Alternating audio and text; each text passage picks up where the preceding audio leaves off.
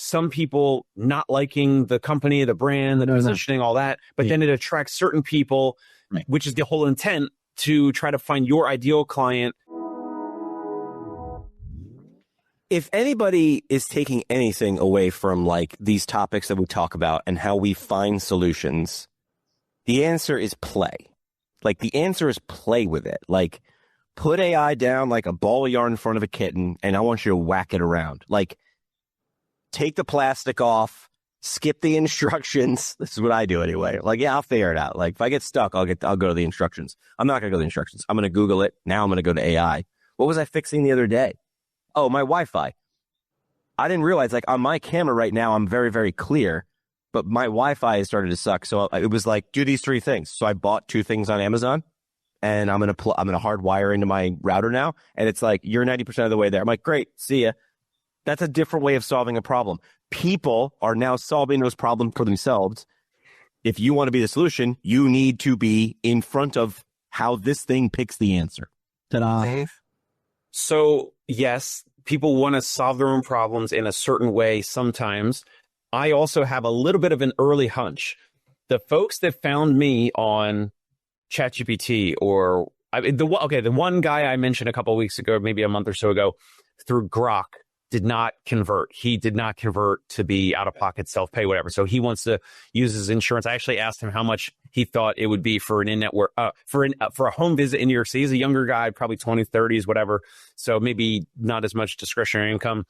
And I said, how much are you looking to spend like per visit? And he said like $60 to $120. And I was like, well, I think you can get that through Luna. And I think he said he already contacted Luna and they're charging maybe more than that or something these days. I thought they were at 125. Yeah, shocker. So, okay, my hunch of the other ChatGPT prospective patients that came to me, as well as the patient that went through and found Amy, that was self-pay and paid for a 12-visit package. It seems like the folks that converted and found me through ChatGPT, as well as Amy's patient, I know it's a small sample size, but my hunch is that the folks now or in the future that find a practice or a professional that way, for whatever reason, might be better or more open-minded to self-pay and paying out of pocket. Maybe it's an early signal. Maybe it's distorted because it's a small sample size, as opposed to the historical way, which is your primary care physician, your in-network or your Medicare-based primary care or physician sends you to an in-network physical therapy office only. I think it's maybe too early to tell, but I think the process of finding someone nearby, you're putting prompts into one of these platforms. I think it has a different level of intent in terms of what you're looking for, and maybe you're a little discerning or selective and you're trying to find the right fit, as opposed to the old way, which is like, oh, this physical therapy office is a block away and I'm going to call them and they take my insurance. So I don't know. What do you guys think? I have an idea. I have a theory of why that is. And the theory has a visual. And I've said this before. It has to do with Leonardo DiCaprio. The answer is Inception. That's the top. Did you guys ever watch Inception? No. Yes. What? You gotta watch Inception. The whole premise of Inception is like crazy. But Leonardo DiCaprio is like a bank robber. But he can put you to sleep and he goes to sleep and now he's in your dreams. And the whole premise is, I need this guy to believe this idea and do this thing. But if I tell him to do it, he's going to reject it. But if I make him think it's his idea, they'll do it. So they did the work. They're doing I'm the guy in front of the computer with all the ones and zeros from the Matrix. I'm a coder. I'll find my own solution. And when I find my own solution, I believe it's stronger because we are programmed on these devices to say no. Because if I said yes to the first 50 things that came across my feed, I'd be poor by noon, right? I'm being sold constantly. This is the anti-sell sell. You asked an impartial computer and it gave you an answer and you're like, got it. So will this work 100% of the time? No. Good. Let's get to the no as quick as possible. But I think the reason that these are like good suggestions are They weren't. I got a guy coming to fix my dishwasher. I've been trying to do it myself with AI for a while. It's not working. Finally, I'm like, I'm going to call this guy. Here's what I did, because I'm hyper local. I went to my Facebook group that's of my town, and I'm like, I didn't say the cheapest. I don't want the cheapest. I want to fix this thing one time. And like 9 people out of 20 said, General George. I was like, guess who I'm calling? Because they're not selling. I do quick look at their profile. I'm like, are you General George's wife? Like, no, they aren't. It's great. So they got this guy. Good. I take that. Word of mouth. We need a word. What's the word? Word of AI? Word of GPT? Word of Jarvis? What's our... Let me ask you, I'm curious. You started your self-fix for the dishwasher. What did you do? Did you take a picture of the error code and put it into ChatGPT? No. Did you go to YouTube and look up your dishwasher model? I Googled the model type, and here's my problem. It's working, but it sucks. I don't know how to Google. It makes noises a machine should not make. I don't know how to... You haven't? What's wrong with your dishwasher? It sounds angry. It's not an answer. I don't know. It's over my head, so I'm done. You haven't put that into ChatGPT yet? I should. Yeah. I should. I'll do it right now. But that's when I started. I tried to do it the right way. Like the YouTube video, I wouldn't know what to search. I don't know where the problem is. When I run it, it runs. It sounds like there's a fork in a garbage disposal. I don't know where that comes from. So I don't even know where the problem is. It's from inside the dishwasher. So here's the thing. If you would have grabbed me 10 years ago, I would have Googled it. If I wanted to see like schematics and I wanted to read the article and maybe see some photos, I would have YouTubed it. If I wanted to see somebody else fixing the dishwasher, the washing machine, the lawnmower. Now with AI, you can snap a picture. You can say, this is my dishwasher. It's making these sounds. I don't know where these sounds are coming from. Ask me questions that you need to know the information to so that we can figure this out together. And, that's the way we've been fixing appliances in the last year. And it's amazing what it can do. Yeah. Like it's saying, I literally said, my Samsung dishwasher sounds angry. It works, but it sounds like there's a fork in a dishwasher. I should have said fork in a garbage disposal. What do I do to fix? If you're saying some dishwasher sounds like it's chewing on silverware, but it's running, it's almost something physically hitting the spray arm. So I now I'll need to go back and say, that's not actually it, because I've done the basics. I've taken sort of the cover off and I've done that, but it'll adapt. The thing that you just said is a master prompt. Ask me questions. I add one at a time because I don't want it to ask me 10. I'm like, I can't keep up. So I say, ask me questions one at a time and I will answer them. That will help us narrow this down.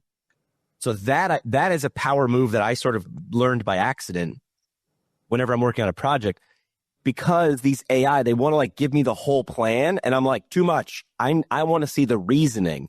So I prompt whenever I'm working back and forth with it. I'm like, let's go through this one at a time.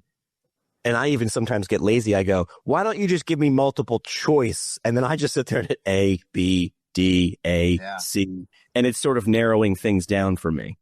Uploading the photos is a huge advantage that you can't do with YouTube and you can't do with Google.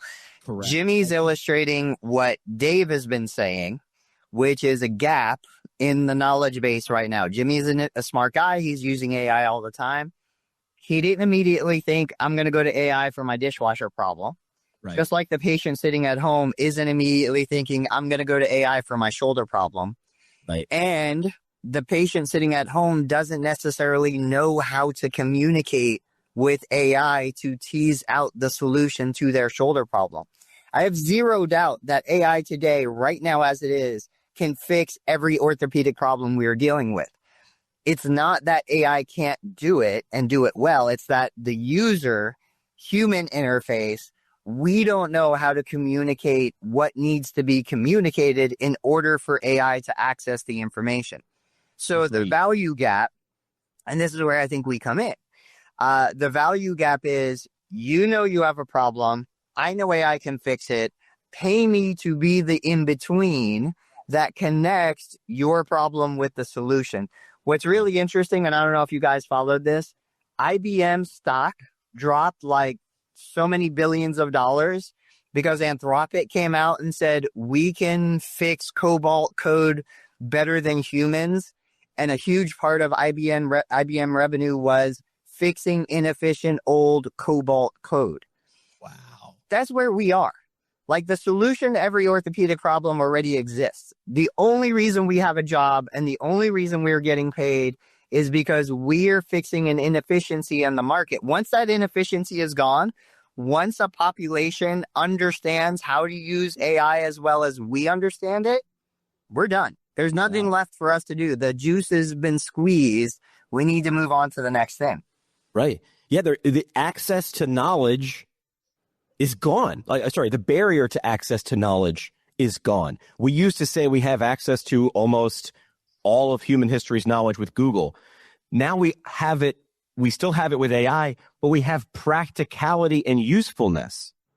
The disconnect now is, what questions do I ask to get the most useful answer now, right? And the kids who are 7 years old are not going to struggle with this because, number one, it's going to be better by the time they're 22 and they need to fix a transmission, but they're going to know how to use it better. Again, 5 years ago, I said, you mock these kids with their TikToks. All I see is people who know how to communicate in brevity. And they know how to be discerning. Oh, they have no attention span. No, they don't have to watch. So they don't. Like, you had 5 channels when you were growing up. So that's why the final episode of MASH was the most watched TV show on the planet. It was a good episode, but it was one of 5 choices. Like, that's why it won. It was an event of one of 5 channels. That is not to flip the funnel upside down now. You're right. We are right now the bridge. Now, I think, what do you think about this, though? I think there's always going to be a place for, I want someone to do it with me, or I want to make sure I'm doing it right, or can you oversee this? That's why there's coaches. I can go run a marathon. There's just a thing. On Monday, run this. On Tuesday, run this. Why do I go with a group, or why do I hire a coach? It's not for that stuff. It's for everything else.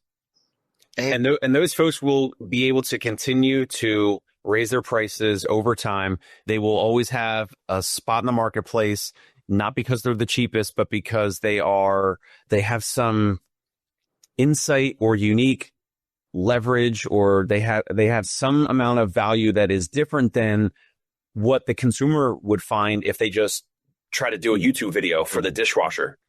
Right. I was a coach, or I think I asked this before. You guys familiar with the Leukemia Lymphoma Society's team in training? Do you understand what that program is or how it works? Essentially, it was like, hey, I want to run a marathon, but I don't know how to do it. Like, I want to experience something. It was really for people either running their 10th or their first. And they were like, we'll give you a coach. We're going to put you in a group that you do a long run once every Saturday with a group of people who are going through the same cohort as you. We're going to get you into a race for free, probably a race that's already closed that you can't even buy your way into. So we've got a little bit of scarcity. And then what do I have to do? Well, you got to show up and run, and you got to fundraise. So what would cost you $500 to pay your way in, you fundraise $3,000. By the way, we're also giving you that warm and fuzzy because you're going to cure blood cancers. So I was a participant. I did a bunch of events for Team in Training. I used to cheat too. I would go do my fundraising with a radio station. So I'd go on the air on Monday and I'd be, we're blood cancer by Friday. Go to the station website, drop $5. I wound up being a coach when I was in PT school because my advisor was a coach. And the cool experience was, do you want to run a marathon? Yes. Do you want to have your workouts catered for you? Yeah, why wouldn't? We're going to have 3 coaches assigned to you. And your weekend long runs, we're going to pick the coolest spots around Washington, D.C. that fit that week's run.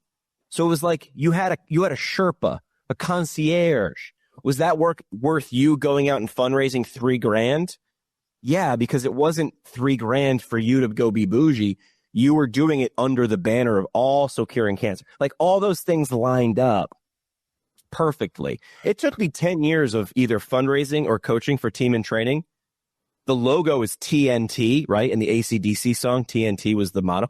I'm in the middle of a 20-mile run before I realize Team in Training is not abbreviated TNT, but the marketing guy understood the assignment on why he should abbreviate it TNT and not. And now you're all doing the math with me. But it took me 10 years. I'm a slow guy. but that's who's going to win, right? So the local run PT, why wouldn't you buy a trailer, hire a DJ every Saturday, throw a party at 7 a.m. at the head of the running trail, and be like, "We running? Who's on the team?" And everybody gets a shirt, so I know who's in the club and who paid and who didn't. And we're gonna do a warm up. That's where the direction is going. Yeah, so that might be a little bit of a segue. So what you're just talking about in growing like a following or a community or a tribe, I shared something in the DMs to all of us about the post about how to build a following, build a cult following. And the one thing I posted to you guys was so that post was suggesting that to build a following, you have to acknowledge or you have to declare a shared enemy.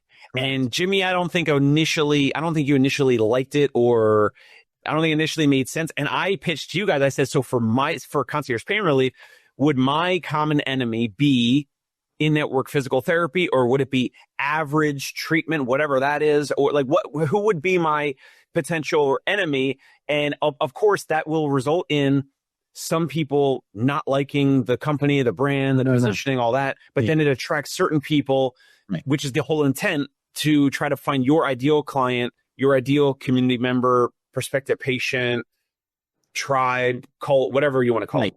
So you're asking, who should my enemy be, which I agree with. I worked at a practice who had the same sort of thing, and I was trying to coach this owner into, I think you're fighting the wrong battle. I think you should fight a battle, but not this. He was essentially, I'm the anti-mill. And I'm like, cool. I think your answer is on your freaking hat. You fight pain. It's just plain wrong. But here's the thing, that's not controversial. But living with it, it's just plain wrong. Like Steve, the guy from Story Brand would say, finish this sentence. It's just plain wrong that my ideal person lives with blank. What are they? It's just plain wrong that I can't do what I did 10 years ago. You're talking about how to get it. No one really gives it. That's no one's fight. No one cares about. Like, oh, should I go to a clinic? Don't settle for mediocre care. Care about what? Fight back against pain. I think the thing that really hurts is pain. Should sound dumb. I don't know. Tony, what do you think? Okay. Go ahead, Tony. What were you going to say, Dave? I'm thinking about this. Okay, I don't agree with Jimmy, but I'm thinking about why I don't. Okay, so Jimmy, music, radio, Rage Against the Machine. Jimmy, who did Rage Against the Machine not like? Who was their man? Which is what? The government, right? Rules, all that. Whoever sucks. It's a variable, but it's usually the government keeping me down. Okay, but historically or even recently, they would do, and not to get political, but they would show up in certain cities. They would do certain things with protests and all that, right? So they had who they didn't like. They declared who they didn't like. And let's say in the US, there's a bunch of people that agree with them and a bunch of people that disagree with them. But they're not saying like all governments. I mean, they're saying obviously like the US government type of thing.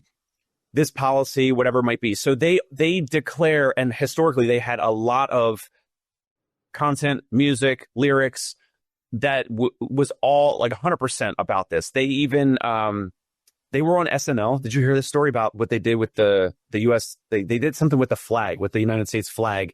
They got in trouble.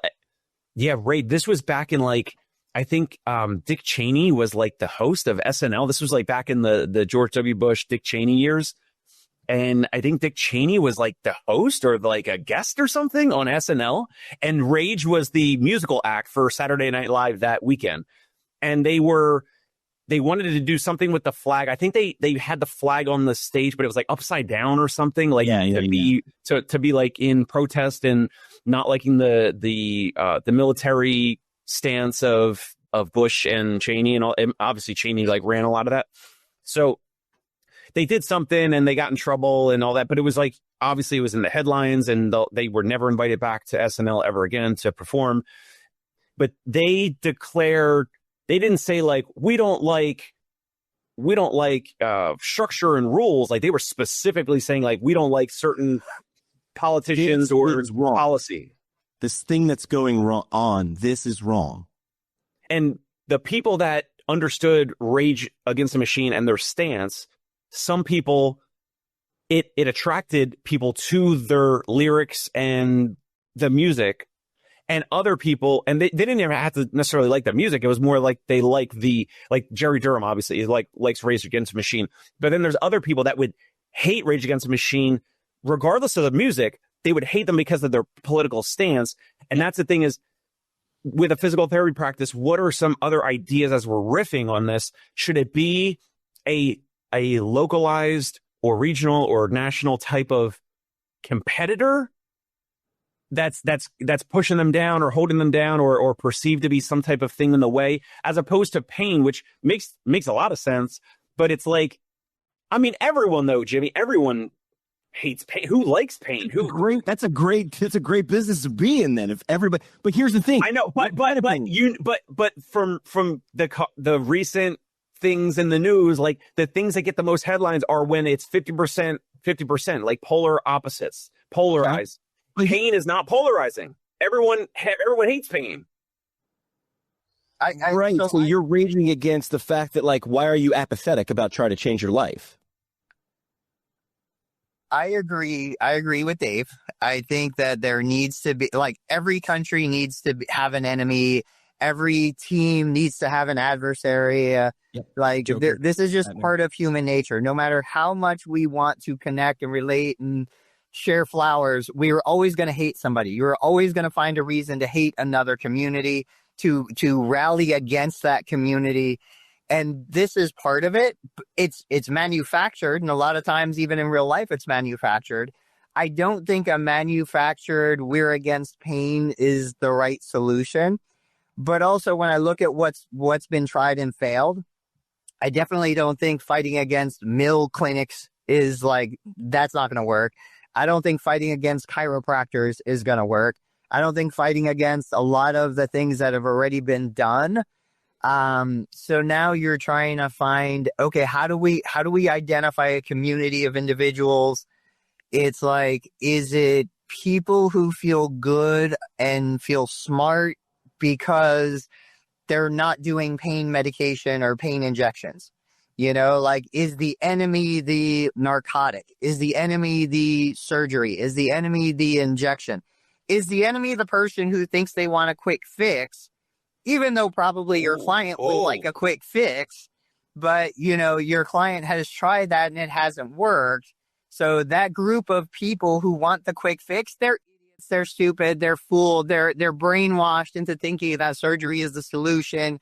We know it's not. And so if you really want to, fight, we have to do it in this, long-term, drawn out, lots of sessions, change your lifestyle. It's not an easy fix. Yeah. So all right, going down this line of, for every Batman, there needs to be a Joker, which is why, when people talk about comics, that's why Batman never Joker. He realized when he did, he wouldn't have anything to rage against. Who's the big you have to name the scary. Wasn't that the other thing in the video? So who's the monopoly? You have to name, saying outpatient mill PT practices is, you might as well say that's what we call here at the show mayonnaise flavored ice cream. What is the average person is like, mill? What does that mean? So who's the big scary? There isn't a Coke to the Pepsi, because they're all these. Even if a big place in New York City, I'm thinking if you're going to rage against a Spear or a Jag, are they big enough to be scary? They're not. They're still scrappy and small and growing. I don't know. Are they scary enough? Are they generic enough? I don't think they are. So this is where I think some of the messaging, and I think it's in there. I look at young people who are, moving towards socialism.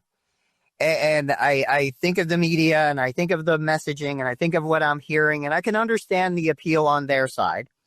But more than anything, what I realize is when I hear somebody say something that I agree with, it solidifies, it deepens my position on the individuals who see socialism as a solution are individuals that have never won in business. They've never been successful in business. They've never seen how capitalism works well. So, of course, we've all lost. We're going to go join the losing team and we're going to, tear down the winning team. Like that messaging, regardless of where you fall on either side, the messaging is what solidifies the community of, I'm a capitalist. I see success. I see raising people out of poverty. I see all of these things. That's what I would take that comparison into ChatGPT. I would say, hey, help me find parallels. How can I bring this dichotomy from socialism and capitalism into my business model, which is I want to build a community around pain relief, and I want to identify common beliefs and almost to the point of religion that people are so fanatic about. And I want to bring that back and forth into my communications. This is Hyrox. This is CrossFit. Like, think of who's done it well in fitness. This is Peloton, Hyrox, CrossFit. What's the enemy? So let's play this game. Who's the enemy of Hyrox or CrossFit? Is it like inactivity or your former self? CrossFit, specifically from the original founder CEO, his enemy was everything else: yoga, Pilates, regular, Planet Fitness type gyms, literally everything else in the health and fitness world. He was in an interview. I think the interviewer asked, like, so is everything else that's been in the health and fitness space, has that always been wrong? And he's like, yes, it's all been wrong. It has gone wrong, and it is still wrong. And CrossFit is the only way. Now, of course, but here's the thing. He built a cult following. That's going back to what we're talking about. Like, he built a following of people that were like, get obsessed with this style of exercise. It's going to kind of tear you apart. You're going to be sore and all that for way more than you ever were before. And it attracted a certain type of person, and everything else was wrong. I mean, that's not always the best. I'm not saying do that with your physical therapy practice, but that was, forget the guy's name, Steve or whatever. Greg Glassman? Yeah, Craig Glassman. That's it. Yeah. So that was his stance. Obviously he got into some trouble, no longer there and all that. And CrossFit has morphed, but I'm sure Hyrox probably doesn't have, at least I haven't heard, like, I don't even know who founded it. So I think their thing is more competition. They're like, we're CrossFit, but we do more. Like, CrossFit used to do like those things throughout the year, like essentially like litmus tests. I think Hyrox is more doing that. Let's do parting shots. My parting shot related to this topic. I think the challenge we're all going to have with something like this is none of us are that fanatic. There are a few, but most of us don't look at what we do with a level of fanaticism that we are willing to die on the fire to like push our agenda that hard. You have to be like absolutely out of your mind thinking you have the solution and everybody else is wrong. And none of us are that kind of person. We're too logical. Yeah. I think my parting shot would be a question maybe for a future episode on it, which is, do you have to be that fanatical? Or could you engineer it? Oh, in that video you shared, they said all these cults, none of them are accidents. You don't stumble upon a cult by accident. It is engineered. It is designed. It needs to feel organic, right? That's just how it is. Hey, it's Dave Kittle. Are you a healthcare business owner or physical therapy practice owner who is looking to figure out your succession plan or exit strategy? We might be able to help. And in fact, we may be interested in acquiring your practice. If you're interested, you can reach out to me. Shoot me an email at dave@conciergepainrelief.com. That's DAVE at CONCIERGE painrelief.com. Or you can call me at any time, 646-781-8884.